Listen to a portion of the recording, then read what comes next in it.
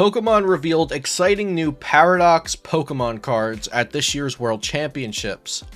They also spoiled an additional card mechanic which will return in 2024. Paradox Pokémon were introduced in the Scarlet and Violet video games. These Pokémon came from the ancient past or distant future, and will debut in the Pokémon trading card game this November in the expansion Paradox Rift. If you enjoyed today's video, remember to subscribe for more Pokémon TCG content. You can also check out my second channel, Celio 2. If you'd like to support my channel, you can do so by using code CELIO at PotownStore.com when shopping for Pokemon TCG Live code cards, or use my affiliate links for Dragon Shield sleeves, my favorite card sleeves to use, and Into the AM apparel, comfortable and passionate clothing. If you'd like to support further, you can become a Metafy member using my link, which will directly support me, and I offer Pokemon TCG coaching through Metafy. Coupon codes and affiliate links are in the description down below. There is still a lot we don't know about these new cards, but we do know they will have tags differentiating them from other Pokemon, just like Rapid Strike, Single Strike, and Fusion Strike Pokemon cards. Much like the battle styles, we can assume these Paradox Pokemon will have trainer cards and energy cards that interact with them. There's even evidence of this on one of the revealed cards. There are 6 Paradox Pokemon cards I'll review today, 3 ancient Pokemon, and 3 future Pokemon. Let's begin with Screamtail. This little guy has the Roaring Scream attack, which costs 1 Psychic and 1 colorless energy, and reads, "This attack does 20 damage to one of your opponent's Pokemon for each damage counter on this Pokemon."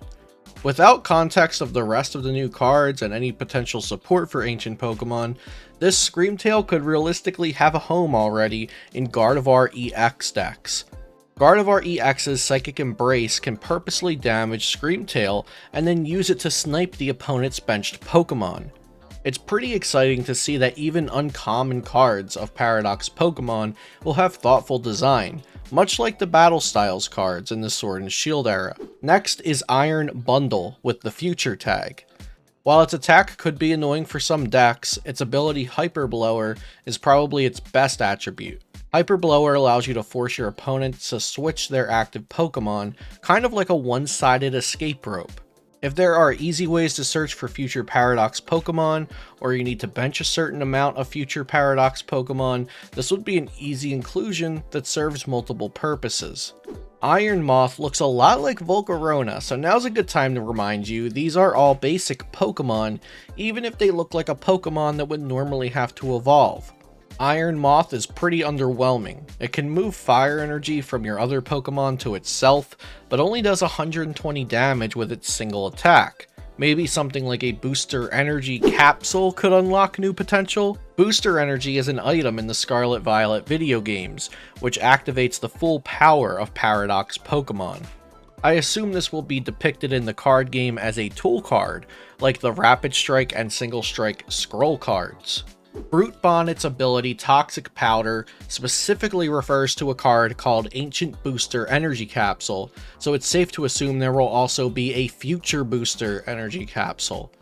Unfortunately, we have no idea what value these suspected tool cards will provide. We do, however, know that Brute Bonnet's ability can only be activated if you have this ancient capsule attached, and I think they revealed such an ability amongst the first to give us a hint of what to expect from these Paradox cards.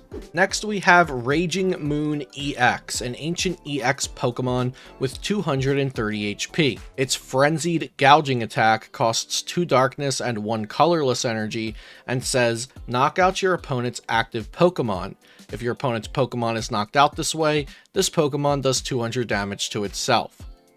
Any attack that straight up says knock out your opponent's active Pokemon is going to catch attention, regardless of the text that follows.